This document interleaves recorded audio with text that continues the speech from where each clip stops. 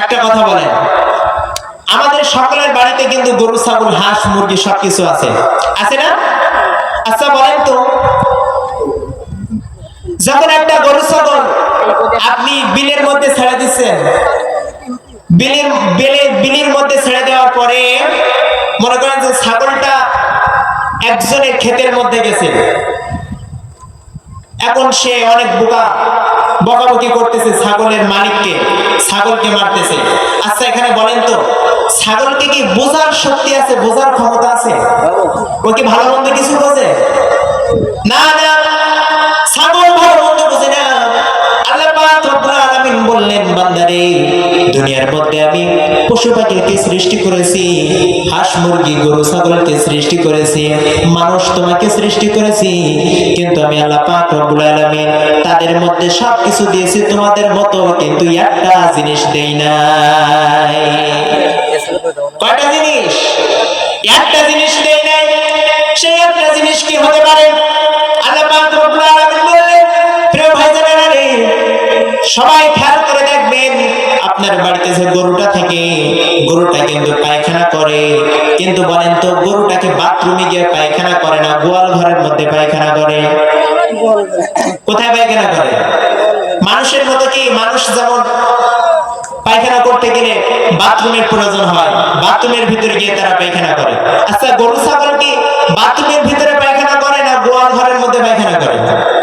এমনকি গরু ছাগল যদি আপনি বিলের মধ্যে বেঁধে থাকুন খাদ্য খাওয়ার জন্য, ওই গরু ছাগল দেখবেন বিলের মধ্যে পায়খানা প্রস্রাব করে দেয়, কিন্তু মানুষ কি বিলের মধ্যে পায়খানা প্রস্রাব করতে পারে? পারে? পারে না। কারণ কিসের জন্য জানেন? আল্লাহ পাক রব্বুল আলামিন যে বলছে, পশু পাখির মধ্যে সবকিছু দিয়েছি বান্দা, কিন্তু আমি আল্লাহ পাক রব্বুল আলামিন একটা জিনিস দেই নাই। ওই একটা জিনিস আমি পশু পাখির মধ্যে দেই নাই, লাহুম কুলুবুন লা ইয়াস্তামিউনা বিহা ওয়া লাহুম আ'য়ুনুন লা। আল্লাহ পাক রব্বুল আলামিন এখানে বলেন, বান্দারে আমি পশু পাখির বাথরুম করার রাস্তা দিয়েছি, পেশাব করার রাস্তা দিয়েছি, তাদেরকে কান দিয়েছি, চোখ দিয়েছি, গাল দিয়েছি, জিহ্বা দিয়েছি, দাঁত দিয়েছি, পশম দিয়েছি, চুল দিয়েছি, সবকিছু দিয়েছি, কিন্তু বান্দারে আমি পশু এবং পাখি তোমাদের মধ্যে, মানুষ এবং পশুর মধ্যে একটা জিনিস পার্থক্য করে রাখছি। এই একটা জিনিস হলো, একটা জিনিস হলো এই যে মানব এমন একটা জাতি, মানব ভালো মন্দ বোঝে আর পশু পাখি ভালো মন্দ বোঝে না। সুবহানাল্লাহ বিহামদিহি। একটা কথা বলে, আমরা মানুষ, আমরা কিন্তু ভালো মন্দ সবকিছু বুঝি। আমরা মানুষ, আমরা সবকিছু বুঝি, কোন কাজটা ভালো আর কোন কাজটা খারাপ। আমরা আল্লাহ পাক রব্বুল আলামিন আমাদেরকে এই সুযোগটা দিয়েছেন, ভালো মন্দ বাছাই করার মতো সুযোগটা আল্লাহ পাক রব্বুল আলামিন আমাদেরকে দিয়েছেন, কিন্তু এই ভালো মন্দ বাছাই করার এই যে একটা হিম্মত, ভালো মন্দ বাছাইকৃত করার এই যে একটা হিম্মত, এই হিম্মতটা আল্লাহ পাক রব্বুল আলামিন কোন পশু পাখিকে দেন নাই।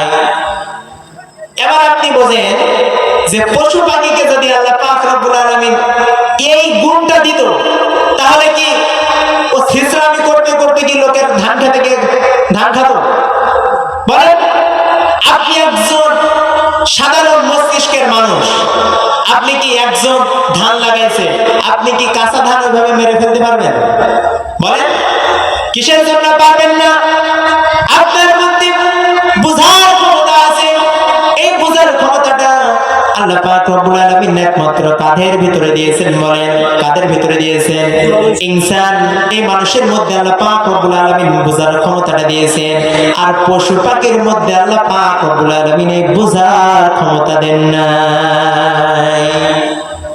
এই জন্য বলছি, আমরা তো ভালো মন্দ বুঝি যে কোনটা ভালো কোনটা খারাপ, কোন দিকে আমরা চললে আখিরাত জান্নাত পাইতে পারবো, কোন দিকে আমরা চললে জাহান্নাম পাবো, এটা তো আমাদের হাতে। যে বান্দা তুমি যদি ভালো কাজ করো তাহলে তুমি জান্নাত পাইবা, আর তুমি যদি খারাপ কাজ করো তাহলে তুমি জাহান্নামে যাইবা। এটা কার কথা? বলেন, জোরে বলেন, কার কথা? আল্লাহর কথা। কারণ আল্লাহ পাক রব্বুল আলামিন এই বান্দাকে দুনিয়া দুনিয়াটা পরীক্ষার হল দিয়েছে।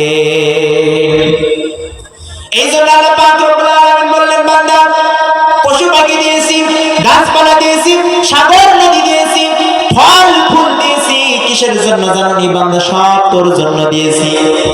আর আমি আল্লাহ পাক রব্বুল আলামিন বান্দারে তোমাকে সৃষ্টি করেছি আমি আল্লাহ আমার ইবাদত করার জন্য। তোমাকে বানিয়েছি আমার গোলামি করার জন্য, আর পশু পাখি গাছপালাকে বানিয়েছি বান্দা তোর গোলামি করার জন্য। সুবহানাল্লাহি ওয়া বিহামদিহি। প্রিয় ভাইজানেরা আমার, আপনার বাড়িতে যখন মেহমান আসে, আপনার বাড়িতে যখন কোনো আত্মীয় স্বজন আসে, তখন আপনি খোঁজ করেন আপনার বাড়ির মধ্যে সবচেয়ে বড় মুরগি কোনটা, সবচেয়ে বড় হাঁস কোনটা, সেটা আপনি জবাই করে দেন।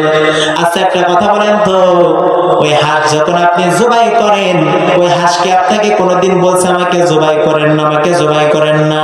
যখন মুরগিটা জবাই করতেছেন, বলেন তো মুরগিটাকে আপনাকে একটা বারের মতো মানা করেছে আমাকে জবাই করেন না?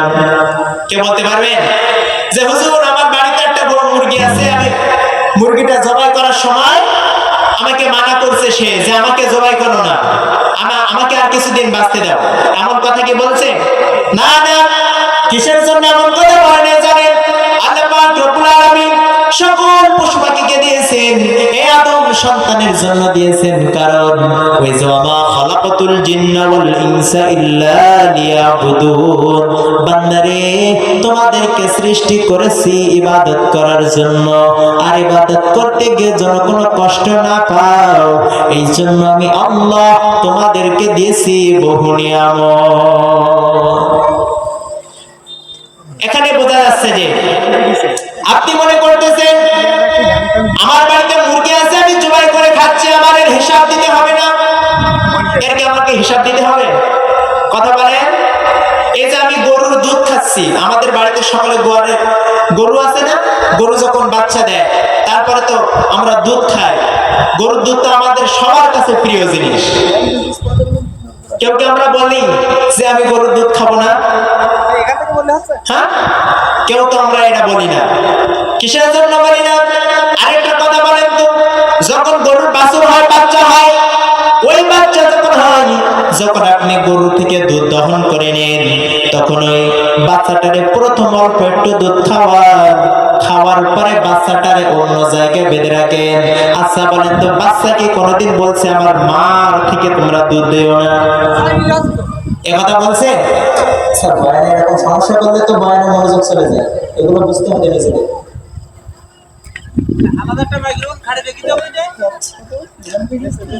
আচ্ছা পথের মধ্যে আপনারা যারা ভ্যান রাখছেন, ভ্যান অথবা মোটরসাইকেল, সাইকেল যা রাখছেন, পথ আপনারা ক্লিয়ার করেন। প্রিয় ভাইজানেরা আমার, যে কথা বলতেছিলাম, একটা কথা বলেন, আমার বাড়ির মধ্যে যে গরুটা আপনার আছে, গরুটা যখন বাচ্চা দেয়, যখন আমরা দুধ দহন করেন, দুধ দহন, আচ্ছা বলেন তো গরু কি কোনোদিন মানা করেছে আমার থেকে দুধ দাও কেন? না না না, কোনোদিন মানা করবে না। কারণ বান্দা তুমি দুধ খাইয়া যত বাটপারি করো, যত শয়তানি করো, যত ইটিজিং সেটারি করো, যত চুরি ডাকাতি করো না কেন, এর হিসাব কিন্তু দুনিয়াতে নেবে না, কিয়ামতের ময়দানে ওই গরু এবং গরুর বাছুর দেখবেন আপনার সামনে দাঁড়ায় গেছে। এগুলো কি আমার কথা? কোরআনের কথা। কারণ দেখবেন ছোট্ট একটা নমুনা দেখ, যখন ওই গরুটা দন, তখন দেখবেন গরুর বাছুরটা একবার হাম্বা করে ডাক দেয়, আবার ওই গরুটাও ডাক দেয়। বলেন তো এই দুইজনের ডাকের মধ্যে আপনারা কি বুঝতে পারেন? কিছু বুঝতে পারেন যে তারা কি কথা বলছে? তারা এটা বলে, গরুর বাছুরটার সময় ডাক দিয়ে বলে যে আম্মা আপনার থেকে দুধ কেন ওরা দহন করে নিচ্ছে, আমাকে কেন খাইতে দিচ্ছে না? ওই সময় গরুটা বলে, বাচ্চারে দুনিয়ার মধ্যে আল্লাহ পাক রব্বুল আলামিন আমাকে এবং তোমাকে বানিয়েছে, ফাও ফাও বানায় নাই, আমাকে এবং তোমাকে বানিয়েছে আদম সন্তানের খেদমত করার জন্য। কাদেরকে খেদমত করার জন্য? আদম সন্তানকে খেদমত করার জন্য বানিয়েছে। দুনিয়ার মধ্যে আমাদেরকে আদম সন্তানের খেদমত করার জন্য পাঠিয়েছে। এবার যখন আপনি গরুর দুধটা খেয়ে যখন আপনি আল্লাহর ইবাদত করতেছেন না, আমার মাওলার নাফরমানি করতেছেন, আমার মাওলার ইবাদত করতেছেন না, কিয়ামতের ময়দানে দেখবেন এই গরু আর এই গরুর বাছুর ঠিক আপনার সামনে এসে দাঁড়াই গেছে, গিয়ে বলবে, হায় রে আদম সন্তান, ওই কপাল পড়া সন্তান, দুনিয়ার মধ্যে আমার থেকে দুধ খাইলি আর আমার আল্লাহর নাফরমানি করলি, ইবাদত করলি না, আজকে আমার দুধের দাম দিয়ে দাও। কিয়ামতের ময়দানে কি আপনার হাতে টাকা থাকবে যে গরুর বাছুর এসে আমার কাছে দাম চাইতেছে, পকেটের থেকে টাকা খানিক বের করে দিলাম, যা তোর দাম দিয়ে দিলাম? এরকম কোনো সুযোগ থাকবে না ভাই জানেগা আমার। এখানে এই গরু ছাগল দিয়ে উদাহরণ দেওয়ার কারণ একটাই, আল্লাহ পাক রব্বুল আলামিন দুনিয়ার মধ্যে আপনাকে আমাকে পাঠিয়েছেন তার ইবাদত বندگی করার জন্য, কোনো খারাপ কাজ করার জন্য পাঠায় নাই, কোনো চুরি করার জন্য পাঠায় নাই, ডাকাতি করার জন্য পাঠায় নাই, ক্ষমতা ছিনিয়ে নেওয়ার জন্য পাঠায় নাই।